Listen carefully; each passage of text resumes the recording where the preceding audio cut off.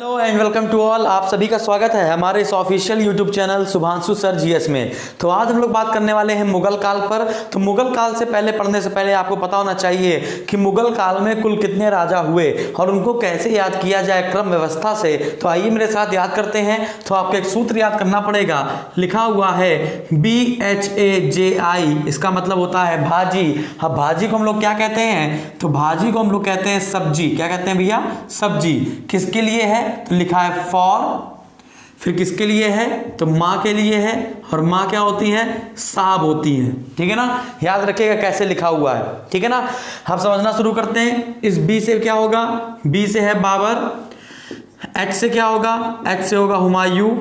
फिर ए से क्या होगा? अकबर। इस जे से क्या है? जहांगीर। तो भाजी आपको याद हो गया। तो आई आपका साइलेंट है। बी से बाबर, एच से हुमायूं, ए से अकबर, जे से जहांगीर। फिर यहां आते हैं, एस से हो गया शाहजहां। फिर ए से हो गया औरंगजेब। बी से हो गया बहादुर शाह प्रथम। अब यहां पर आपके मन में आता है कि बहादुर शाह जफर, नहीं नहीं, औरंगजेब के बाद गद्दी पर कौन बैठा था? बहादुर शाह प्रथम। फिर जे से है बहादुर शाह है, तो ये जहांदार शाह होगा। तो ये भी शाह हो गया, ये भी शाह हो गया। हाई साइलेंट है दोनों में। फिर एफ ओ से हो गया फरुख शियर। एफ ओ से हो गया फरुख शियर। फिर आर से होगा रफी उद दर्जात, है ना? फिर आर से लिखा है तो आर से होगा रफी उद दौला। तो आपको परेशान नहीं होना है। पहला है दर्जात, दूसरा है दौला। अब इसी रफी उद दौला को हम लोग कहते हैं शाहजहां सेकंड। इसी रफी उद दौला को हम लोग शाहजहां सेकंड के नाम से भी जानते हैं। फिर लिखा है एम से हो गया मोहम्मद शाह। इसको रोशन अख्तर कहा जाता है, मैं आपको बताऊंगा बाद में। फिर मोहम्मद शाह है तो फिर ए से अहमद शाह होगा, क्योंकि ये बहादुर शाह था तो ये जहांदार शाह था। ये मोहम्मद शाह है तो इस ए से क्या होगा? अहमद शाह होगा, अहमद शाह। फिर ए से क्या होगा? आलमगीर सेकंड। आलमगीर सेकंड। तो आपके दिमाग में आया कि सीधे आलमगीर सेकंड है, तो आलमगीर फर्स्ट कौन था? तो औरंगजेब ने अपने नाम के आगे आलमगीर की उपाधि ली थी, इसलिए इसको आलमगीर, इसको सेकंड कहा जाता है। फिर एस ए से आते हैं। अब ये आलमगीर था, आलम लिखा है ना, तो यहां होगा शाह आलम, शाह आलम। फिर इस ए से होगा अकबर सेकंड, अकबर सेकंड। फिर बी से होगा बहादुर शाह सेकंड या फिर जफर, बहादुर शाह सेकंड या फिर जफर। तो बहादुर शाह सेकंड को जफर कहा जाता है, मोहम्मद शाह को रंगीला कहा जाता है, फरुख सियर को घृणित कायर कहा जाता है, जहांदार शाह को लंपट मूर्ख कहते हैं और बहादुर शाह प्रथम को साहेब बेखबर कहा जाता है। औरंगजेब को जिंदा पीर या आलमगीर कहा जाता है। ठीक है ना? और बाकी इसको खुर्रम कहते हैं। बाकी तो आपको पता ही होगा। तो अब हम लोग वन बाय वन पढ़ना शुरू करेंगे। ये पूरे मुगल काल को हम बाबर से शुरू करेंगे और पूरी डिटेल के साथ आपको बहादुर शाह जफर तक ले चलेंगे। फिर आपको कभी भी मुगल काल पढ़ने की जरूरत नहीं है। एक बार पढ़िए, पूरा पढ़िए, फिर आपको कभी पढ़ने की जरूरत नहीं है। फिर सीधे पेपर दीजिए जाकर। ठीक है? ये अल्टीमेट सोल्यूशन है आपके पास। तो आज हम लोग किस पर चर्चा करने वाले हैं सर? तो आज हम लोग पढ़ने वाले हैं इस टॉपिक में बाबर के बारे में। ठीक है ना? अब ये सीरीज लगातार चलेगी और आप इसका आनंद उठा पाएंगे घर बैठे ही। अब आपको बड़े बड़े कोचिंग या फिर हमारा पता पूछते हुए नहीं आना पड़ेगा। ठीक है? तो इसका आप जल्दी से स्क्रीनशॉट लेंगे, अच्छे से नोट्स बनाएंगे। नोट्स क्यों बनाएंगे? क्योंकि ये जो वीडियो है इसमें मैं आपको बोल बोल के नोट्स बनवाऊंगा कि आपको नोट्स प्रॉपर बनाने कैसे हैं। ठीक है ना? स्क्रीनशॉट लीजिए जल्दी से। तो आज का टॉपिक है हमारे पास मुगल काल। मुगल वंश की स्थापना जैसा आप सबको पता है कि बाबर ने की थी।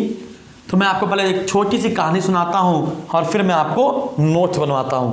तो देखते भाई क्या हुआ था कि आपको पता होगा मंगोल मतलब मंगोल समझ रहे हो ना? मंगोलिया है ना? चाइना और मध्य एशिया के बीच में होता, चाइना के ऊपर मंगोलिया है ना? तो मंगोल वंश का सबसे खतरनाक राजा था चंगेज खान। चंगेज खान इतना खतरनाक हुआ करता था कि अगर वो किसी को मारता था तो उसके पूरे साम्राज्य का विनाश करता था, उसकी जो प्रजा थी उसको मार देता था, वहां के बिल्ली तक को नहीं छोड़ता था, बिल्ली कुत्तों तक को मार देता था। उसका मतलब ये है कि अगर हमने किसी पर हमला किया है तो वो क्षेत्र शमशान घाट होना चाहिए। तो क्रूरता के लिए जाना जाता था चंगेज खान। और चंगेज खान का असली नाम था तेमुचिन। ठीक है ना? ऐसे ही एक व्यक्ति था लेकिन वो क्रूर नहीं था, है ना। एक और ऐसा व्यक्ति था जो क्रूर नहीं था, वो तुर्की का सबसे बड़ा राजा कहलाता था, टर्की का। उस व्यक्ति का नाम था तैमूर। तो मंगोल वंश का सबसे खतरनाक राजा था चंगेज खां और तुर्की वंश का सबसे खतरनाक राजा था तैमूर, ठीक है ना। चंगेज खां के वंशज में एक लड़की पैदा होती है जिसका नाम होता है कुतलुग निगार खानम, कुतलुग निगार खानम। और तैमूर वंश की ओर से एक लड़का पैदा होता है जिसका नाम होता है उमर शेख मिर्जा। क्या होता है? उमर शेख मिर्जा। उमर शेख मिर्जा और कुतलुग निगार खानम का विवाह हो जाता है। उमर शेख मिर्जा और कुतलुग निगार खानम का विवाह हो जाता है तो चंगेज वंश और यानी कि चंगेज वंश और तैमूर वंश ये दोनों मिल जाते हैं। मतलब मंगोल वंश और तुर्की वंश ये दोनों मिल जाते हैं तो मंगोल प्लस तुर्की इक्वल टू होता है मुगल। और मुगल का मतलब होता है बहादुर, ब्रेव। तो अगर आपसे पूछा जाए कि जो मुगल शब्द है वो किन दो शब्दों का मेल है तो आपको बताना है तुर्की प्लस मंगोल। मंगोल का सबसे खतरनाक राजा कौन सा था? चंगेज खां। और तुर्की का सबसे खतरनाक राजा कौन सा है? तैमूर है। अब जो फरगना में जो बच्चा पैदा होता है 14 फरवरी को, अब दोनों ने लव मैरिज की थी तो 14 फरवरी को रिजल्ट आएगा। तो 14 फरवरी 1483 को फरगना में, है ना, उन्नाव मवाहरा की एक छोटी सी रियासत फरगना में, फरगना इसमें पड़ता है उज्बेकिस्तान में, ठीक है ना। तो फरगना में एक बच्चे का जन्म होता है, उस बच्चे का नाम होता है जहीरुद्दीन। क्या नाम होता है सर? जहीरुद्दीन। इसी को हम लोग आगे चलकर जहीरुद्दीन मोहम्मद बाबर के नाम से भी जानते हैं। अब फरगना में इस बाबर का जो लालन पोषण है वो उसकी दादी करती है। दादी का नाम होता है एहसान दौलत बेगम, ठीक है ना। तो अगर आपसे पूछा जाए कि बाबर का लालन पोषण किसने किया था तो आपको बताना है कि उसकी दादी दौलत बेगम ने। अब जब दौलत बेगम अपने पोते को, बाबर को पाल पोस के बड़ा कर रही होती हैं तब वो पूरी कहानी बताती हैं कि अगर आप आज तुम्हारे पापा और तुम्हारी मम्मी भागकर फरगना ना आए होते तो आज तुम तो तैमूर वंश के बहुत बड़े राजा होते। तो बाबर को लगा कि कहीं ना कहीं मेरे पापा की गलती है और पापा की वजह से ही आज मैं गद्दी पर नहीं बैठ पाया। तो बाबर ने अपनी दादी से कहा और अपने पापा से कहा कि हमको फरगना का राजा बनाया जाए। तो दादी ने भी सिफारिश कर दी कि भैया पोता बड़ा हो गया है और इसका राज्याभिषेक करवा दिया जाए। तो दादी दौलत बेगम की सहायता से 11 वर्ष 4 महीने की उम्र में फरगना का राजा बन जाता है। कौन? बाबर। जब फरगना का राजा बाबर बन जाता है तो बाबर के गद्दी पर बैठने के बाद अब 1501 में बाबर ने सबसे पहले उज्बेकिस्तान में एक जगह पड़ती है जिसका नाम है समरकंद, ठीक है ना। तो 1501 में बाबर ने सबसे पहले समरकंद पर हमला किया और समरकंद को जीत लिया। जब समरकंद को जीता तब बाबर के सामने 3 लोग आके खड़े हो गए जो बाबर की कठिनाइयों का कारण था, है ना। अब वो 3 लोग कौन थे? एक थे उज्बेक, ठीक है ना, जो उज्बेकिस्तान की एक मामूली सी जाति हुआ करती थी, लोकल। एक थे उज्बेक, एक थे उस्मानी मतलब टर्की वाले, एक थे उज्बेक, एक थे उस्मानी और एक थे सफवी मतलब ईरानी, है ना। तो ईरान के लोग, टर्की के लोग और उज्बेकिस्तान के लोग, है ना। तो उज्बेक, उस्मानी और सफवी, इन 3 लोगों ने बाबर को आगे बढ़ने से रोक दिया। बाबर भी इनसे डर गया। जब बाबर इनसे डर गया तो बाबर ने अपने कदम को पीछे बढ़ा लिए और उज्बेक सरदार, पहले उसने आगे पीछे कदम नहीं बढ़ाया था। तो उज्बेक सरदारों ने जो समरकंद बाबर ने जीता था 1501 में, उज्बेक सरदार था जिसका नाम था सैबानी खां और बाबर के बीच हो गया सरेपुल का युद्ध। कौन सा युद्ध हुआ सर? सरेपुल का युद्ध 1502 में। 1501 में उसने जीता और 8 महीने तक उसमें राज किया और 1502 में उज्बेक सरदार सैबानी खां और बाबर के बीच सरेपुल का युद्ध हुआ। इस सरेपुल युद्ध में बाबर बहुत भयंकर हारा और बाबर को पता चल गया कि इनसे लड़ने से कोई फायदा नहीं है और बाबर अपने चाचा के यहाँ काबुल में जाकर चुपचाप बैठ गया। अब वो देख रहा है उज्बेकों को, उस्मानियों को और सफीवों को कि ये तीनों आपस में कभी न कभी लड़ेंगे जरूर। और सिंपल सी बात है, ऐसा हुआ। तो उज्बेक, उस्मानी और सफवी ये तीनों आपस में लड़े। क्यों? क्योंकि सफवी मतलब ईरानी जो थे, ईरानियों का सबसे खतरनाक राजा था सफवी का सबसे खतरनाक राजा था इस्माइल, ठीक है ना। और उज्बेकों का खतरनाक राजा था सैबानी खां और इस्माइल के बीच हो गया युद्ध। जब सैबानी खां और इस्माइल के बीच युद्ध हो गया तो सैबानी खां की मृत्यु हो गई और इस्माइल जीता, यानी सफवी जीत गए, उज्बेक हार गए। अब फिर सफवी और उस्मान के बीच युद्ध होगा। इस प्रकार से तीनों आपस में नस्ते नाबूद, मतलब कि तीनों का खात्मा हो जाएगा। जब उज्बेक, उस्मानी और सफवी ये तीनों खत्म हो जाएंगे तब बाबर आएगा फिर से वापस और कहेगा मैं फिर से राज करूंगा। हाँ, बाबर ने 1504 में गजनी जीत लिया, कांधार जीत लिया और काबुल जीत लिया, है ना। काबुल जीतने के बाद 1508 में इसके पापा का नाम था उमर शेख मिर्जा। अब पापा की जो उपाधि है लास्ट की वह है मिर्जा। तो 1504 में काबुल को जीतने के बाद अब बाबर अपना काबुल में रह रहा है और 1507 में उसने अपने पूर्वजों की उपाधि या अपने पिताजी की उपाधि मिर्जा को छोड़ दिया और मिर्जा को छोड़कर अपनी एक नई उपाधि धारण की जिसका नाम है पादशाह। क्या नाम है भैया? पादशाह। तो आपको याद रखना है कि बाबर ने कौन सी उपाधि ली थी? तो बाबर ने पादशाह की उपाधि ली थी अपने पूर्वजों की उपाधि को छोड़कर का 1507 में। क्लियर है? Very good. अब 1507 में से अपने पूर्वजों की उपाधि ले ली। अब उसका सपना हुआ करता था कहीं ना कहीं क्या? भारत को जीतना। तो 1507 के बाद वो चुपचाप बैठा रहा, है ना, उज्बेकों का, उस्मानियों का और सफवी का खात्मा होने को देखने के लिए। जब इनका आपस में खात्मा हो गया तब इसने भारत पर पहला हमला किया 1519 में बाजौर पर।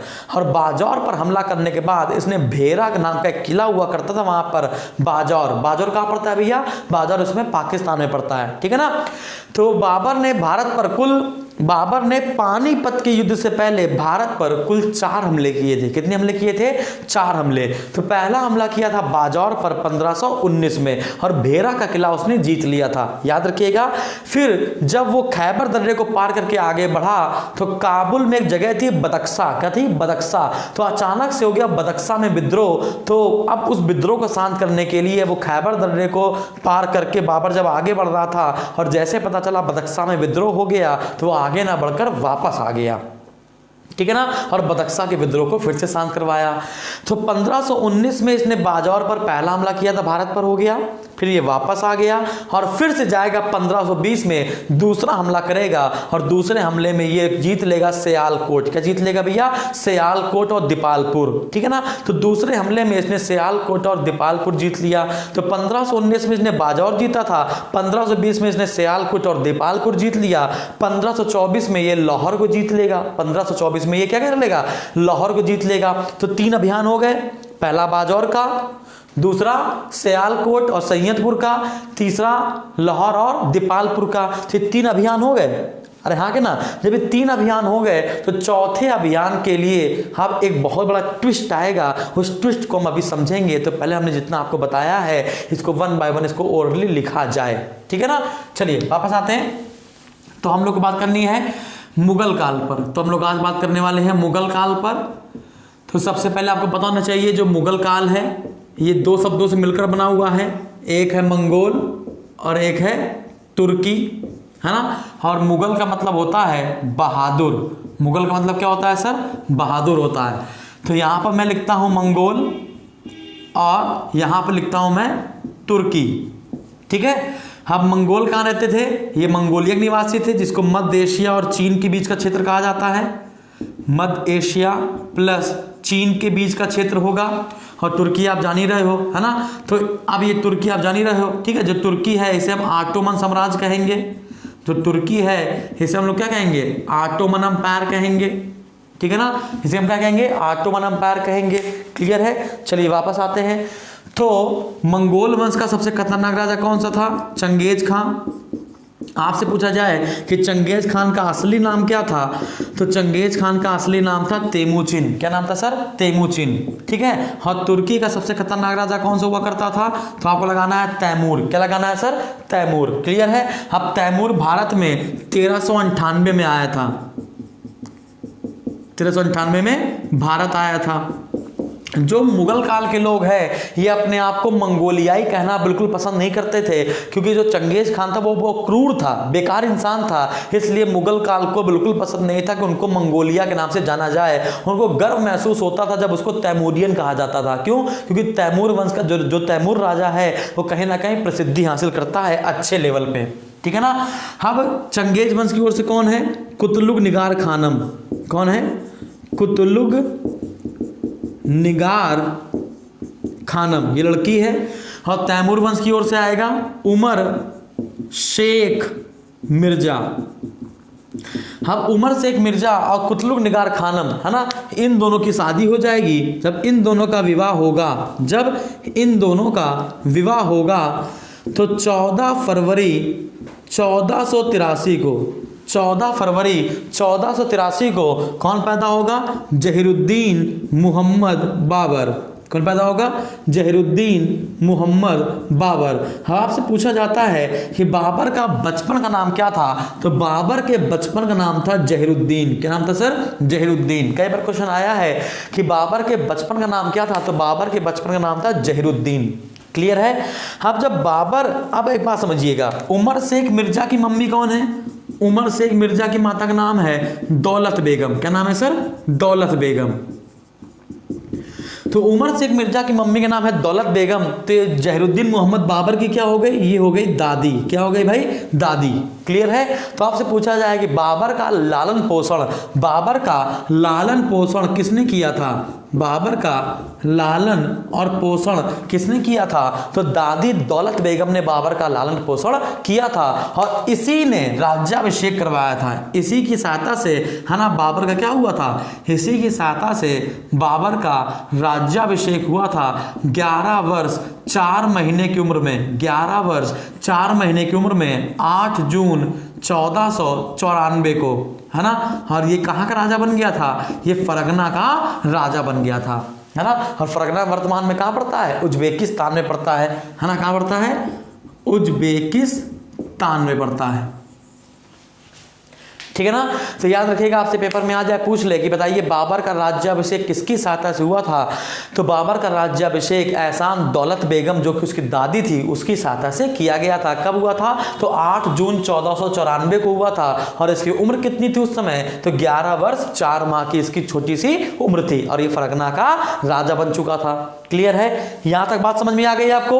अगर यहां तक बात समझ में आ गई तो इसका जल्दी से स्क्रीनशॉट लेंगे, नोट्स बनाएंगे प्रॉपरली और आगे बढ़ेंगे।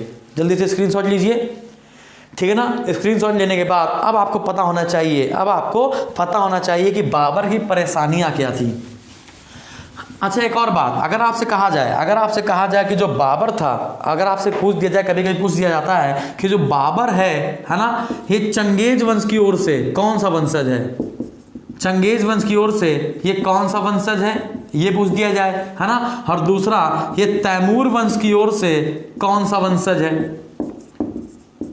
ये 2 क्वेश्चन पूछे गए कई बार कि बताइए चंगेज वंश की ओर से, अगर चंगेज वंश, अगर पापा भागते नहीं मम्मी के साथ, है ना, तो चंगेज वंश की ओर से कौन सा वंशज होता? तो आपका लगाना है 14वां वंशज होता। कौन सा होता भैया? 14वां।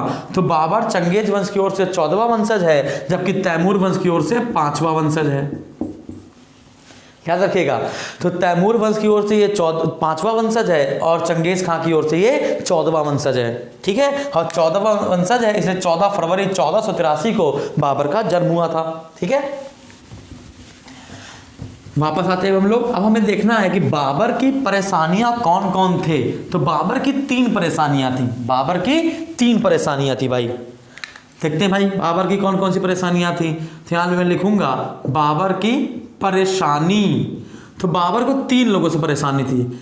एक थे उज्बेक, एक थे उस्मान, और एक थे सफवी। एक क्या थे? सफवी। तो एक थे उज्बेक, एक थे उस्मान और एक थे सफवी। अब इसको इतनी कठिन लैंग्वेज में कैसे पढ़ा जाए? तो सफवी मतलब समझ लो क्या? ईरानी। ईरानी।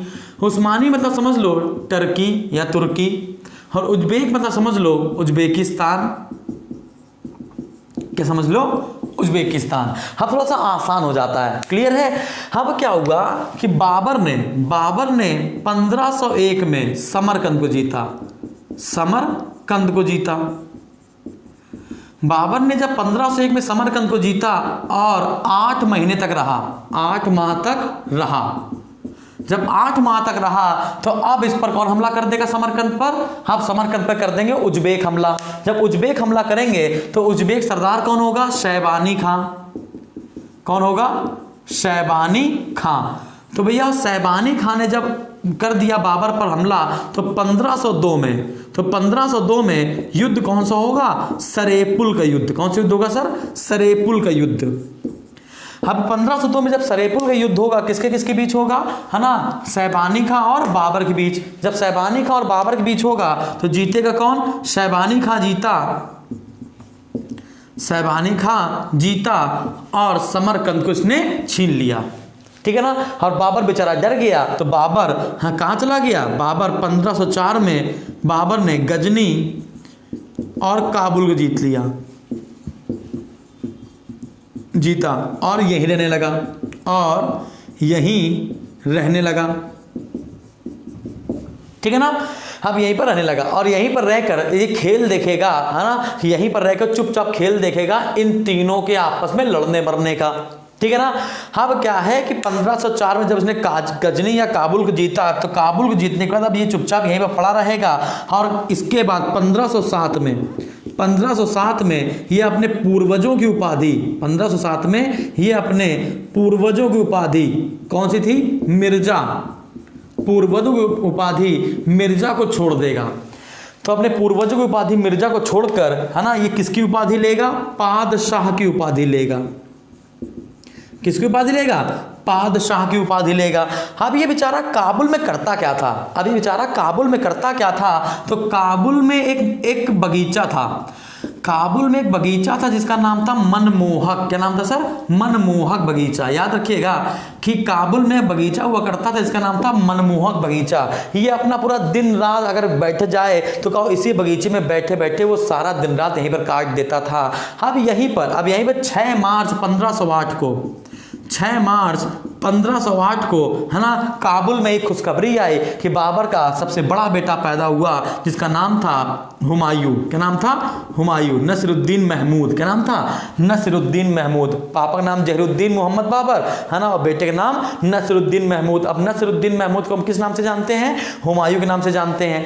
अब जब हुमायूं काबुल में पैदा हुआ 6 मार्च 1508 को, 1507 में इसने अपने पूर्वजों की उपाधि छोड़ दी थी और किस बगीचे में बैठा रहता था? ये मनमोहक नाम के बगीचे में बैठा रहता था। तो जब बाबर मरेगा तो बाबर कहेगा कि जब मैं मर जाऊं तो मुझे कहीं और ना दफनाना, मुझे कहां दफना देना?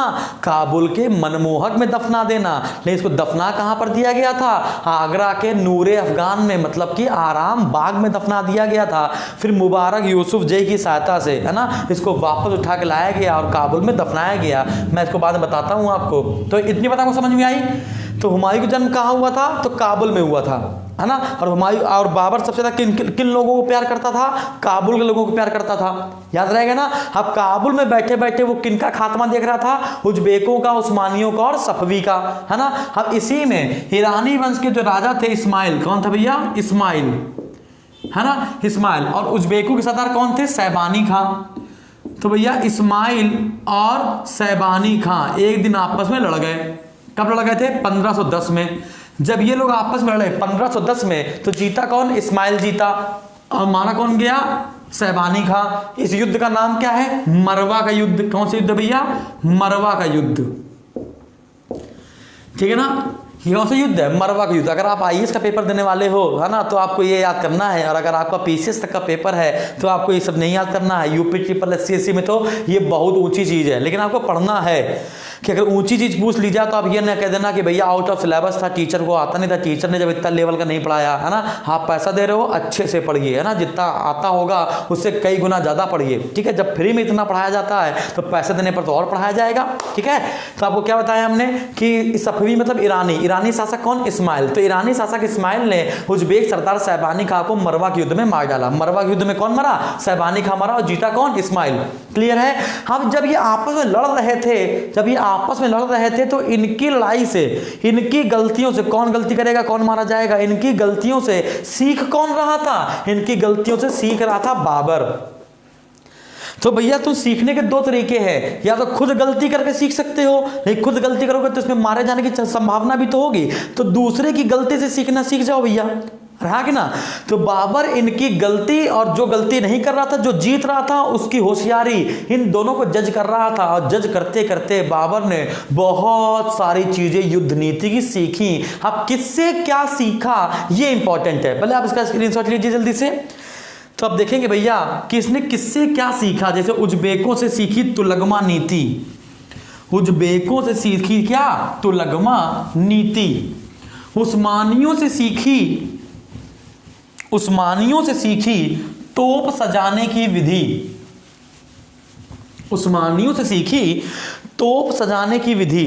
देखते हैं भाई, तो युद्ध शिक्षा, तो ये क्या लिखा है भैया, ये लिखा है युद्ध शिक्षा।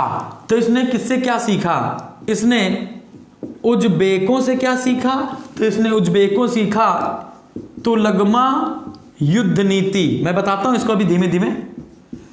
इसने सीखा तुलगमा युद्ध नीति, क्लियर है। ईरानियों से मतलब सफियों से क्या सीखा, सफवी मतलब कि ईरानियों से क्या सीखा, तो सफवियों से सीखा था बंदूक चलाना, बंदूक का प्रयोग।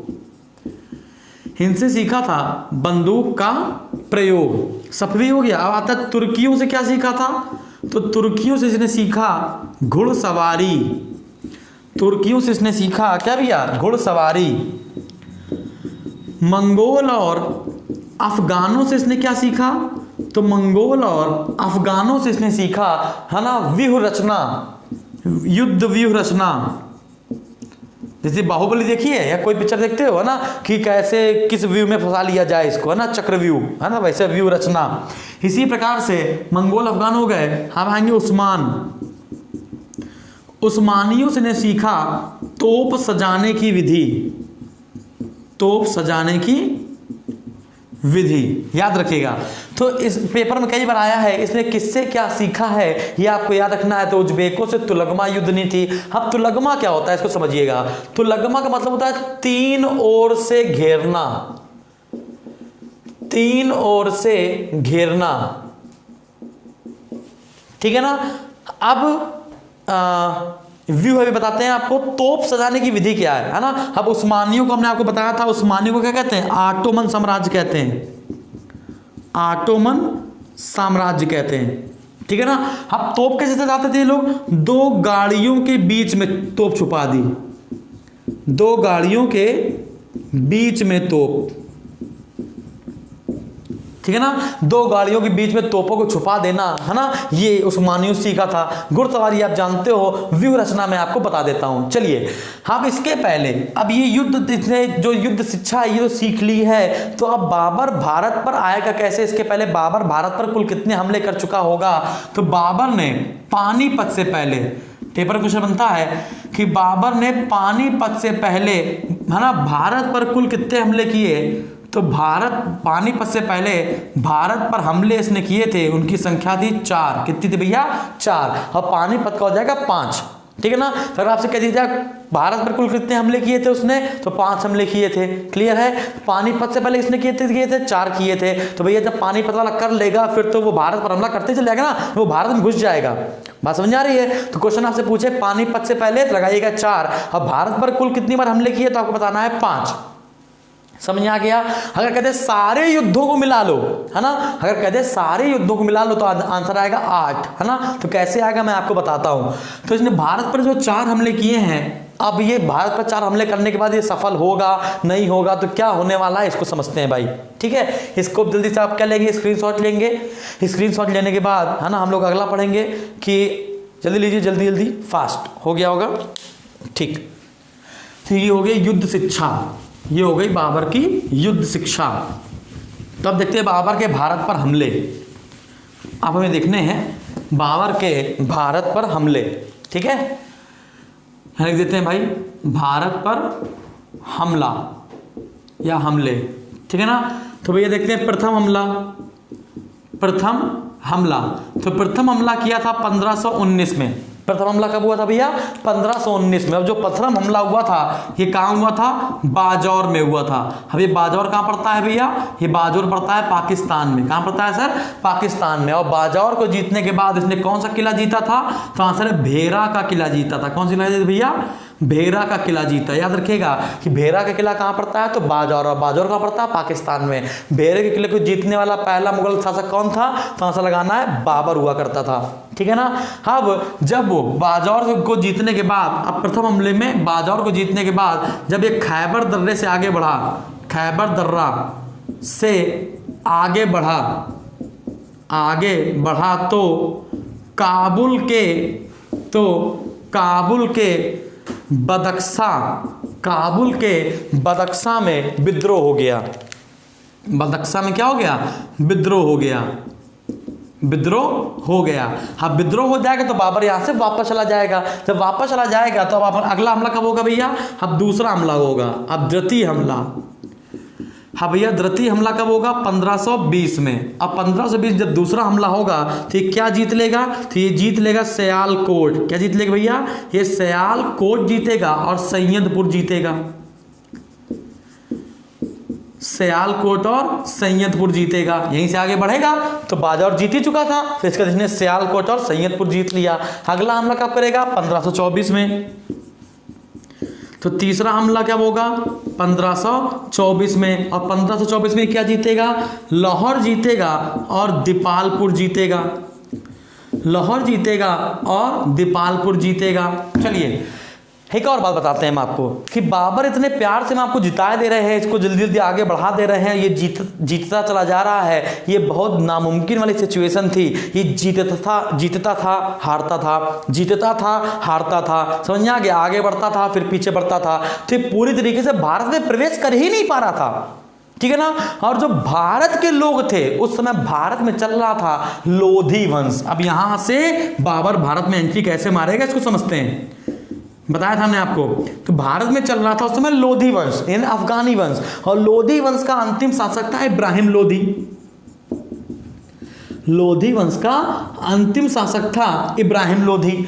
और इब्राहिम लोधी के मन में कहीं ना कहीं आ गया था, है ना, कि अपने घर वालों को भैया दूर रखो क्योंकि घर का भेदी लंका ढाए। तो इब्राहिम लोधी ने दो लोगों को उठा के बाहर फेंक दिया था। एक थे चाचा आलम खां, एक कौन थे, एक थे चाचा आलम खां, ठीक है ना।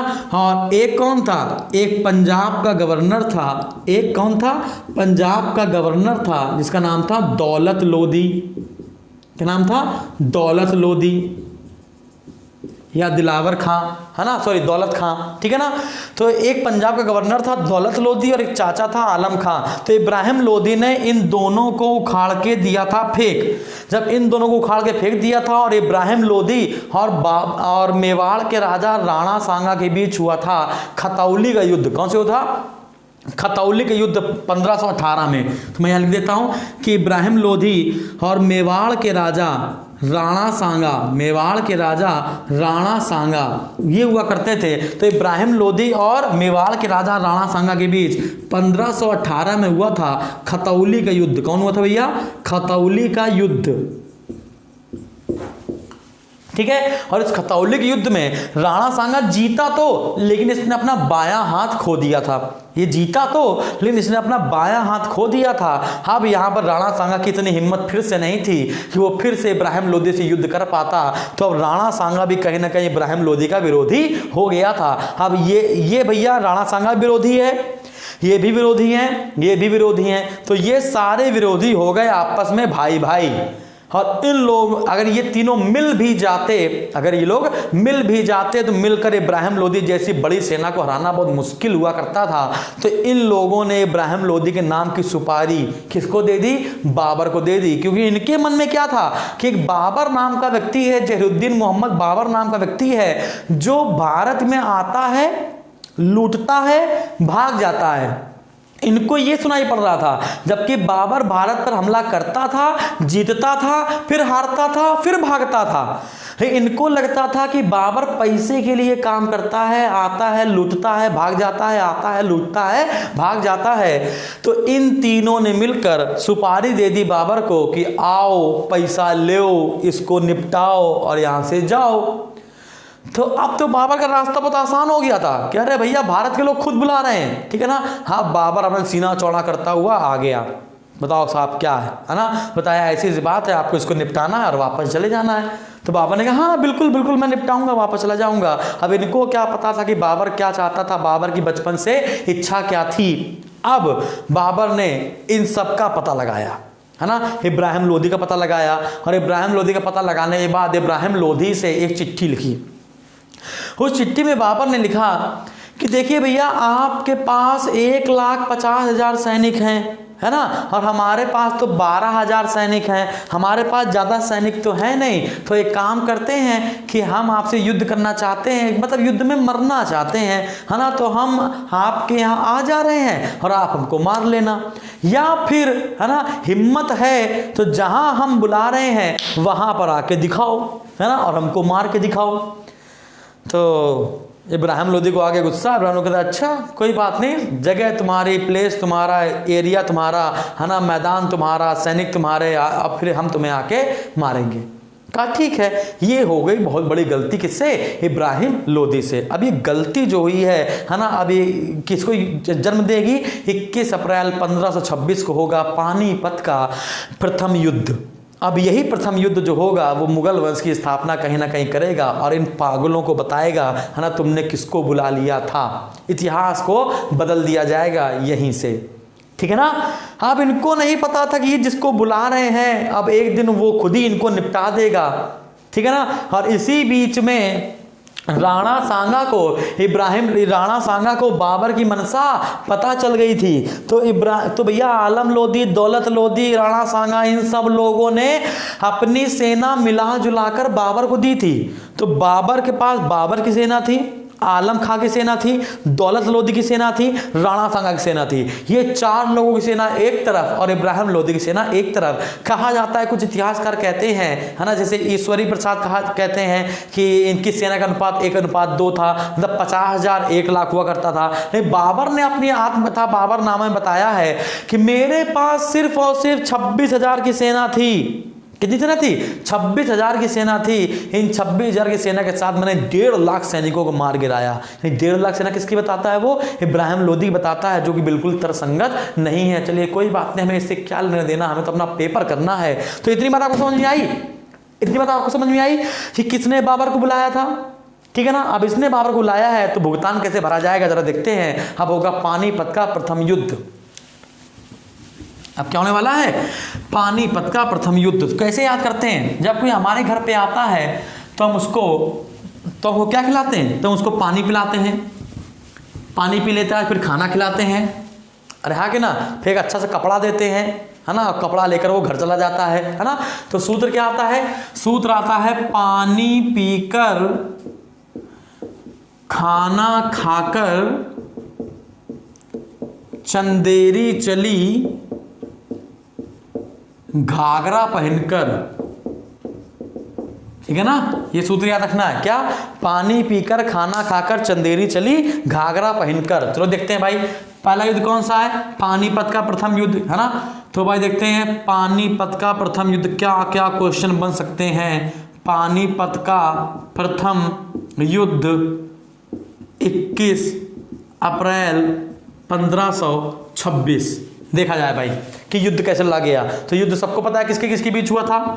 युद्ध हुआ था बाबर के बीच और इब्राहिम लोधी के बीच।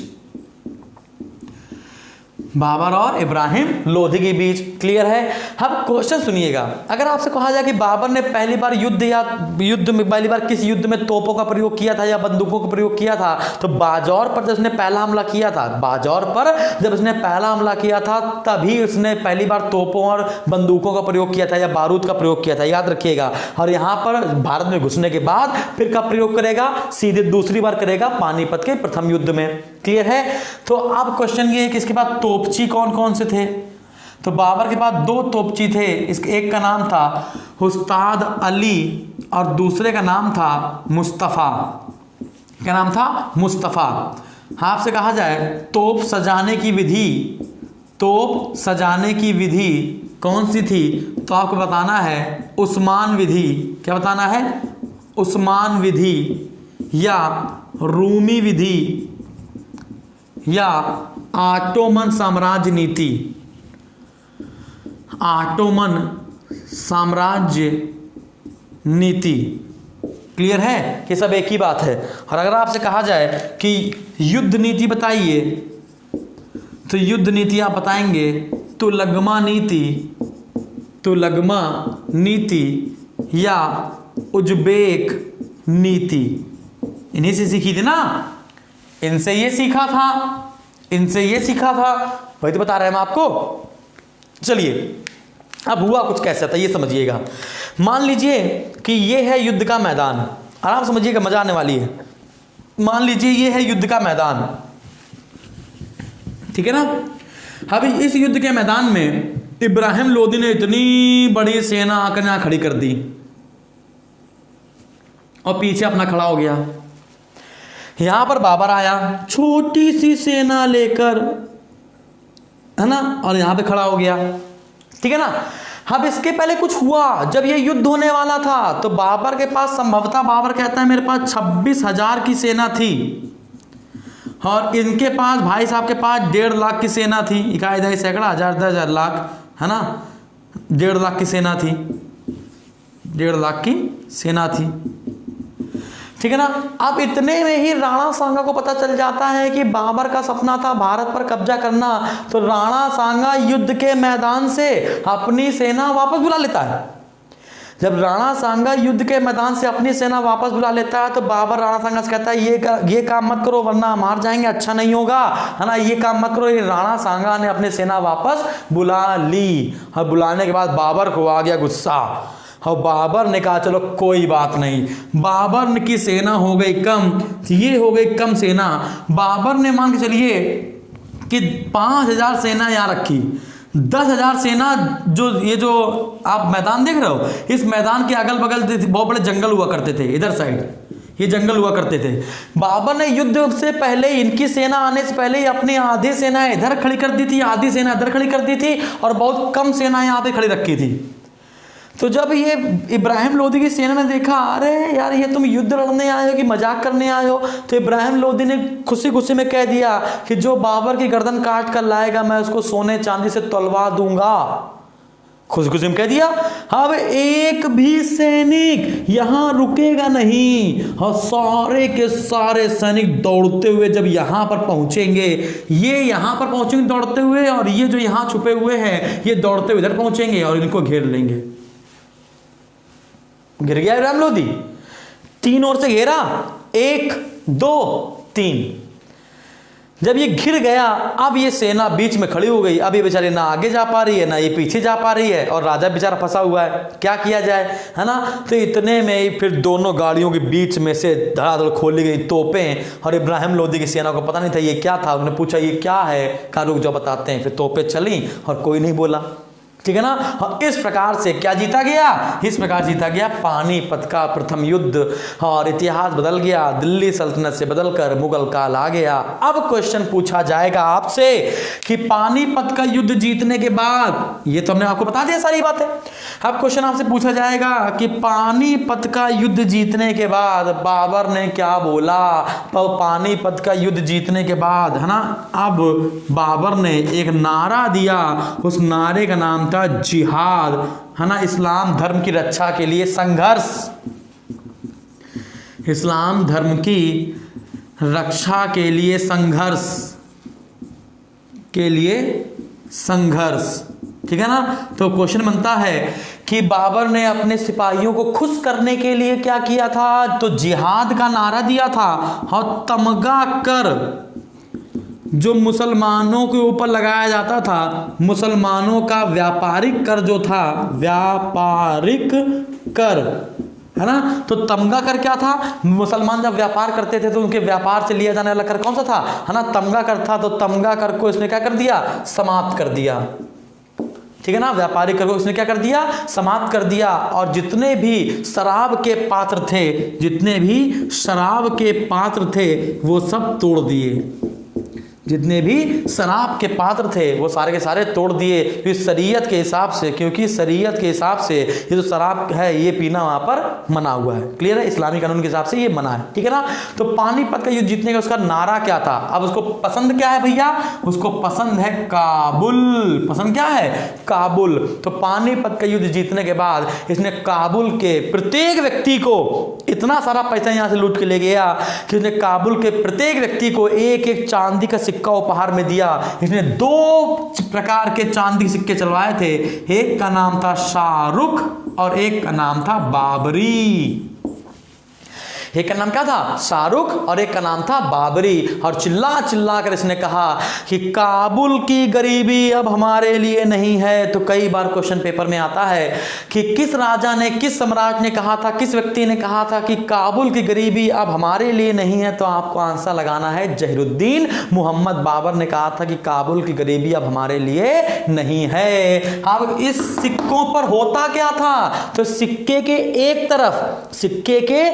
तरफ एक साइड में कलमा खुदवाया जाता था और 4 खलीफाओं का नाम लिखा जाता था, ठीक है ना। और दूसरी तरफ बाबर का नाम लिखा जाता था और बाबर की उपाधि लिखी जाती थी। तो भैया ये इतना उदार हो गया था काबुल के प्रत्येक व्यक्ति को। जब ये पैसा दे रहा था तो काबुल के लोगों ने बाबर को क्या कहा था? कलंदर, दमादम मस्त कलंदर। तो कलंदर का मतलब क्या होता है? लिबरल, उदार, ठीक है ना। तो कलंदर की उपाधि किसको दी गई है? तो कलंदर की उपाधि बाबर को दी गई है। याद रहेगा, पक्की बात है, याद रहेगा। तो बाबर ने सिक्कों के एक तरफ क्या खुदवाया? कलमा खुदवाया। यहां मैं लिख देता हूं। तो सिक्कों के एक तरफ पहली साइड पर क्या था? कलमा था और प्लस 4 खलीफाओं के नाम थे, है ना। और दूसरी तरफ क्या था भैया? तो दूसरी तरफ बाबर का नाम था और प्लस बाबर की उपाधियां थी, जैसे कि हो गया पादशाह, जैसे हो गया कलंदर। इतनी हमको दिक्कत है नहीं।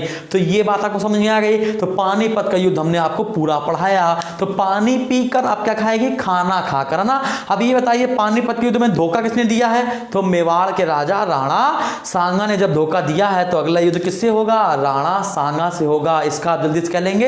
स्क्रीनशॉट लेंगे। तो अब हम बताएंगे 16 मार्च का खानवा का युद्ध। बताएंगे 16 मार्च 1527। 26 है तो 27 आ जाएगा। तो 16 मार्च 1527 का खानवा का युद्ध। मजा आ रही है? ठीक है ना। इसको पढ़ने के बाद फिर आपको जिंदगी में कभी कोई किताब पढ़नी नहीं है, बस आपने पढ़ लिया इतना काफी है। फिर आपको कोई पढ़ाने वाला पैदा नहीं होगा। देखते भाई, खानवा का युद्ध क्या देखेंगे? खानवा का युद्ध। खानवा का युद्ध, खानवा का युद्ध कब होगा? 16 मार्च 1527 को। 16 मार्च 1527 को खानवा का युद्ध किससे होगा? बाबर और मेवाड़ के राजा राणा सांगा के बीच। बाबर प्लस राणा सांगा के बीच। सीधी सी बात है। जीतेगा कौन? तो जीता था बाबर। और राणा सांगा के साथ बहुत लोगों ने किया था, है ना। हसन खान ने, मेवाती खान ने, है ना, चंदेरी के राजा मेदिनी राय ने, इन सब लोगों ने मिलकर साथ दिया था। फिर भी राणा सांगा हारा, घायल हुआ और भागा, है ना। फिर उसके साथियों ने ही राणा सांगा को जहर देके मार दिया। तो क्वेश्चन पूछा जाएगा क्या कि खानवा के युद्ध जीतने के बाद, बाबर ने खानवा के युद्ध जीतने के बाद कौन सी उपाधि ली थी? तो राणा सांगा ने को हराने के बाद, बाबर ने खानवा के हराने के बाद गाजी की उपाधि ली थी। गाजी की उपाधि लेने वाला पहला सुल्तान था गयासुद्दीन तुगलक। अब आपको याद रखना है कि गाजी का मतलब क्या होता है? काफिरों का संहारक, काफिरों का नाश करने वाला। मतलब जो इस्लाम धर्म को नहीं मानता है उसको मार डालना, है ना। तो गाजी पेपर में आ जाएगा, गाजी की उपाधि पेपर में आएगा, गाजी की उपाधि, है ना। बाबर ने कब धारण की थी? तो खानवा का युद्ध जीतने के बाद धारण की थी। क्लियर है। अब इसी राणा सांगा का युद्ध में साथ कौन दे रहा था? तो चंदेरी के राजा मेदिनी राय साथ दे रहे थे। तो अगला युद्ध क्या होगा भैया? चंदेरी का युद्ध हो जाएगा। तो चंदेरी युद्ध कब होगा? 29 जनवरी को होगा। क्या लिख देते हैं भाई?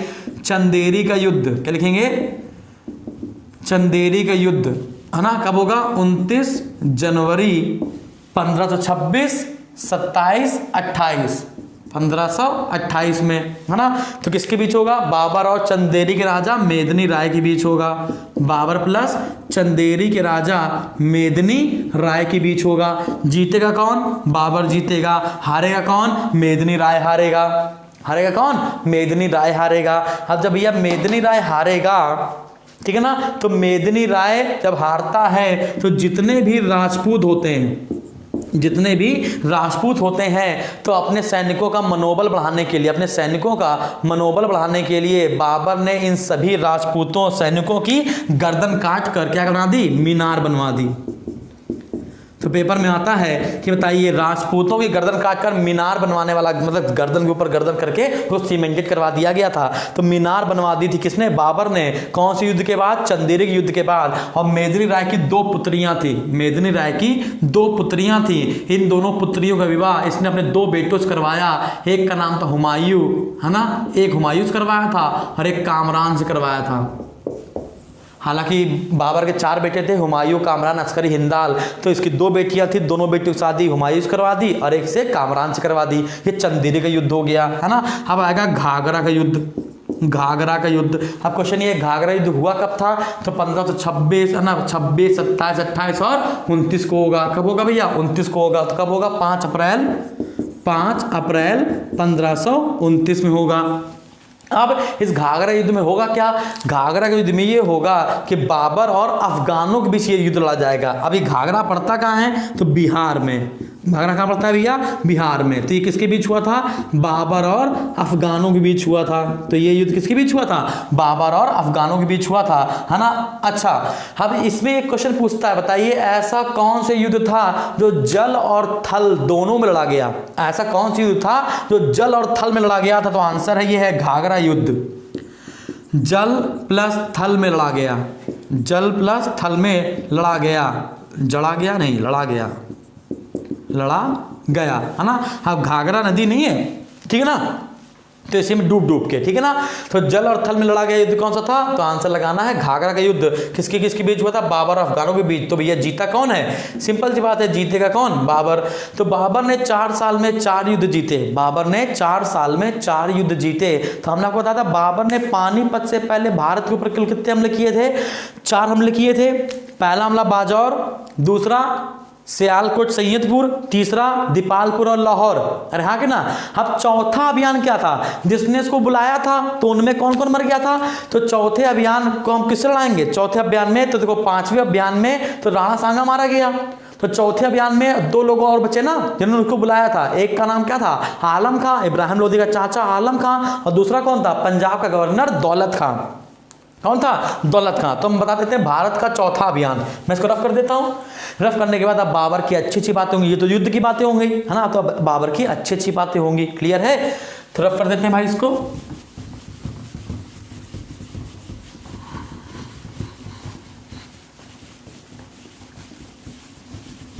ठीक है, तो ये हो गया है रफ। तो हम आपको बताते हैं बाबर के 4 हमले थे ना भारत के ऊपर। तो जो चौथा अभियान था, जो चौथा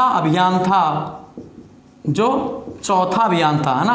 पहला कब हुआ था? 1519, दूसरा 1520, तीसरा 1524। तो चौथा कब होगा? जल्दी बताइए, चौथा कब होगा? तो चौथा होगा 1526। अरे भैया 1526, इसी 1526 क्या होगा? पानीपत का युद्ध। तो 1526 में जो चौथा अभियान हुआ उसमें क्या था कि इब्राहिम लोधी का चाचा कौन था भाई? इब्राहिम लोधी का चाचा कौन था? आलम लोधी, यानी आलम खां। आलम खां। और पंजाब का गवर्नर कौन था? पंजाब या लाहौर का गवर्नर कौन था? तो आंसर है दौलत खां। दौलत खां, है ना। और दौलत खां का पुत्र कौन है? दिलावर खां। दिलावर खां। अब यहां पे समझिएगा, थोड़ा ट्विस्ट आएगा क्या कि भैया जब तीसरा अभियान हो गया ना, तो अब तीसरा अभियान के बाद दौलत खां ने कहा, इस दौलत खां ने कहा कि चलो लाहौर हमको दे दो, लाहौर दे दो। इसने ये कहा कि लाहौर दे दो। तो बाबर ने इसको लाहौर देने से क्या कर दिया? मना कर दिया। जब लाहौर देने से मना कर दिया तो दौलत खां हो गया विद्रोही। जब दौलत खां विद्रोही हो गया, इतने में ही बाबर का पुत्र आ गया। बाबर का पुत्र कौन था? हुमायूं। हाँ, बाबर का पुत्र हुमायूं आ जाता है और हुमायूं ग्वालियर के राजा को हरा देता है। ग्वालियर के राजा को हरा देता है, विक्रमादित्य को या विक्रमजीत को हरा देता है और कोहिनूर का हीरा ले आता है।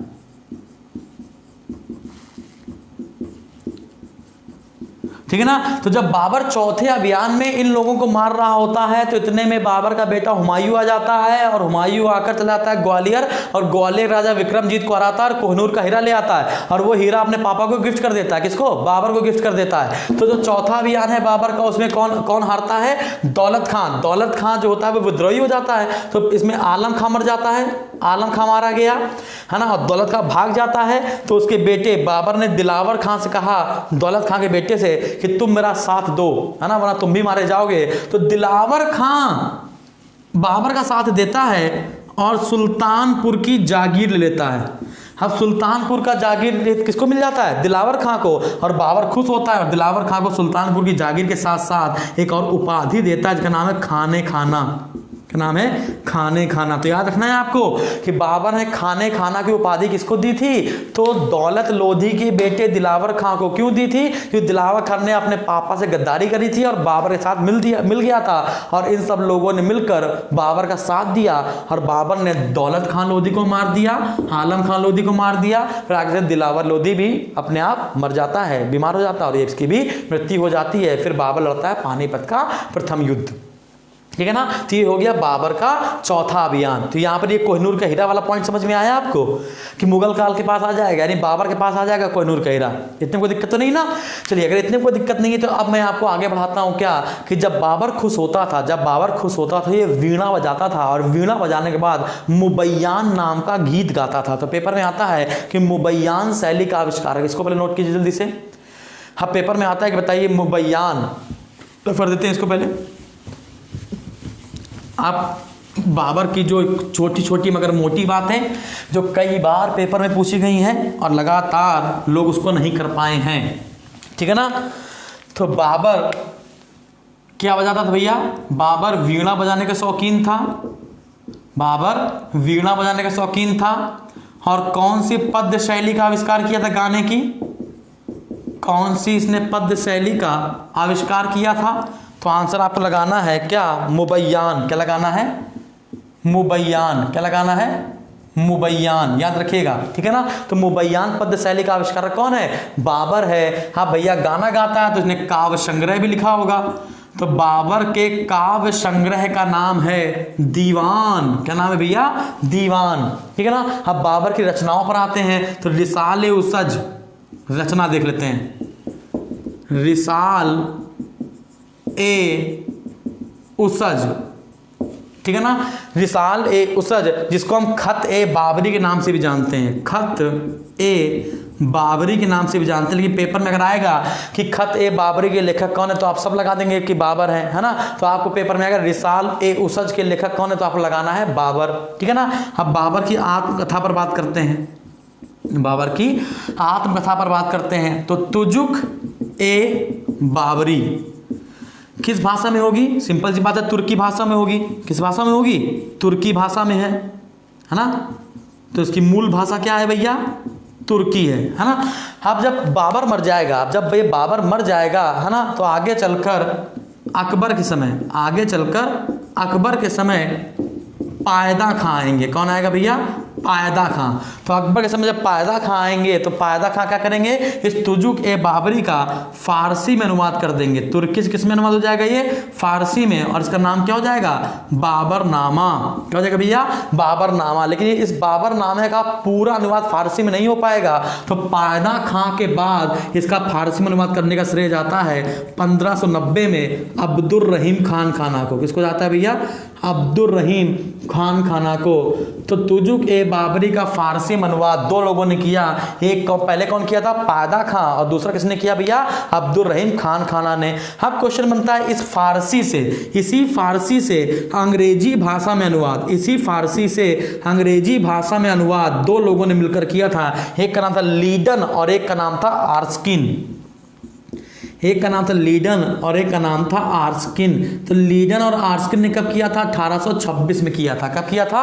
1826 में किया था। तो याद रखिएगा कि बाबरनामा का फारसी से अंग्रेजी में अनुवाद किसने किया था? तो लीडन और फार्स्किन ने किया था। जबकि तुर्की भाषा से अंग्रेजी भाषा में अनुवाद, जबकि तुर्की भाषा से अंग्रेजी भाषा में अनुवाद किसने किया था? तो तुर्की भाषा से अंग्रेजी भाषा में अनुवाद किया था, आपको लगाना है मिजेस बेवरिज। क्या लगाना है? मिजेस बेवरिज। मिजेस बेवरिज, याद रखिएगा किसने कहा? मिजेस बेवरिज। तो अगर आपसे कहते हैं फारसी भाषा से अंग्रेजी भाषा तो लीडन और आर्स्किन, अगर कहते हैं तुर्की भाषा से अंग्रेजी भाषा तो मिजेस बेवरिज। इतनी बात क्लियर है। बाबर जब मर रहा था, बाबर जब मर रहा था तो बाबर ने मरने से पहले, है ना, आगरा में क्या किया था? बाबर ने मरने से पहले आगरा में एक नूरे अफगान नाम का बगीचा बनाया था। नूर, यहां लिख देते हैं, क्या बनाया था? नूर ए अफगान नाम का बगीचा बनवाया था। बगीचे बनाने का बहुत शौक था ना इसको।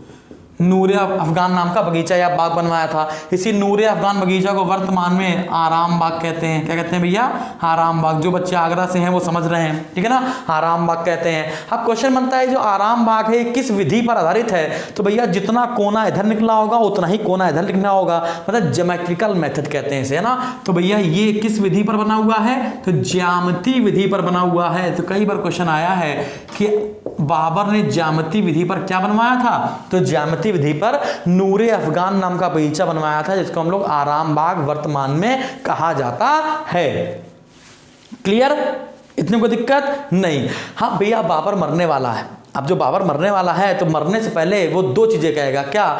कि हमको काबुल के मनमोहक में दफना दो, हमको काबुल के मनमोहक में दफना दो। और दूसरी बात यह है कि हुमायूं से वो कहेगा अपने बड़े बेटे से कि बेटा जितना भी साम्राज्य है वो अपने भाइयों को बराबर बराबर देना, है ना। तो बाबर के भैया 4 बेटे थे। कौन कौन से थे? हुमायूं, कामरान, अस्करी, हिंदाल। हुमायूं, कामरान, अस्करी, हिंदाल। और एक बेटी थी जिसका नाम था गुलबदन बेगम। क्या नाम था भैया? गुलबदन बेगम। क्लियर है? गुलबदन बेगम। लेकिन बाबर मरा, जब बाबर मरा तो बाबर को कहां दफना दिया गया भैया? पहले दफनाया गया। तो बाबर को पहले कहाँ दफनाया गया भैया? तो बाबर को पहले दफनाया गया था आगरा में। कहाँ दफनाया गया? आगरा के आराम बाग में। फिर शेर शाह सूरी के समय मुबारक यूसुफ जई के कहने पर, मुबारक विधवा पत्नी थी इसकी, क्या नाम था? मुबारक यूसुफ जई। क्या नाम था भैया? मुबारक यूसुफ जई। ये यूसुफ जई पता है कौन थे? जब बाबर ने भारत पर पहला हमला किया था बाजौर पर, है ना, बाजौर पर, और जब बेहरे के किले को उसने जीता था तो यूसुफ जई जातियों से ही लड़ा था। उसी यूसुफ जई जाति से लड़ने के कारण, है ना, उसका एक प्रेम हो गया लड़की से, उसका नाम था मुबारक यूसुफ जई। उसने अपने अंतिम इच्छा उसी को बताई थी, जब मैं मर जाऊं तो मुझे काबुल के मनमोहक में ही दफनाना। तो भैया शेर शाह सूरी के समय मुबारक यूसुफ जई ने, है ना, इसको कहां दफनाया? फिर काबुल के मनमोहक में दफनवाया। कहां से उखड़वा कर? अस्थियों को।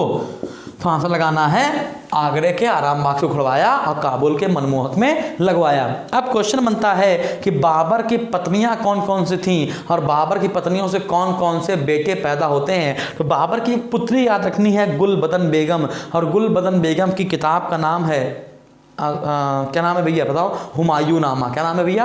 हुमायूं नामा। अब क्वेश्चन बनता है कि हुमायूं नामा से हमें किन 2 लोगों को पता चलता है?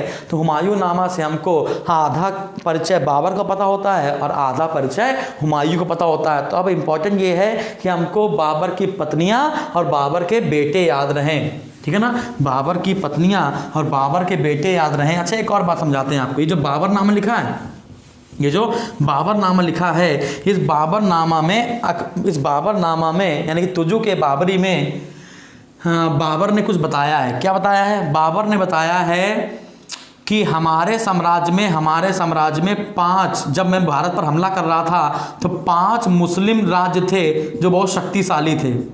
5 मुस्लिम राज्य थे जो बहुत शक्तिशाली थे, और उनमें से 2 हिंदू राज्य थे जो बहुत शक्तिशाली थे। 2 हिंदू राज्य थे जो बहुत शक्तिशाली थे। तो अब क्वेश्चन ये है कि वो 5 राज्य आपको दे देगा, है ना, कहेगा छाटिए कौन सा है ना। तो जैसे बंगाल, ये 5 मुस्लिम राज्य लिख देते हैं पहले।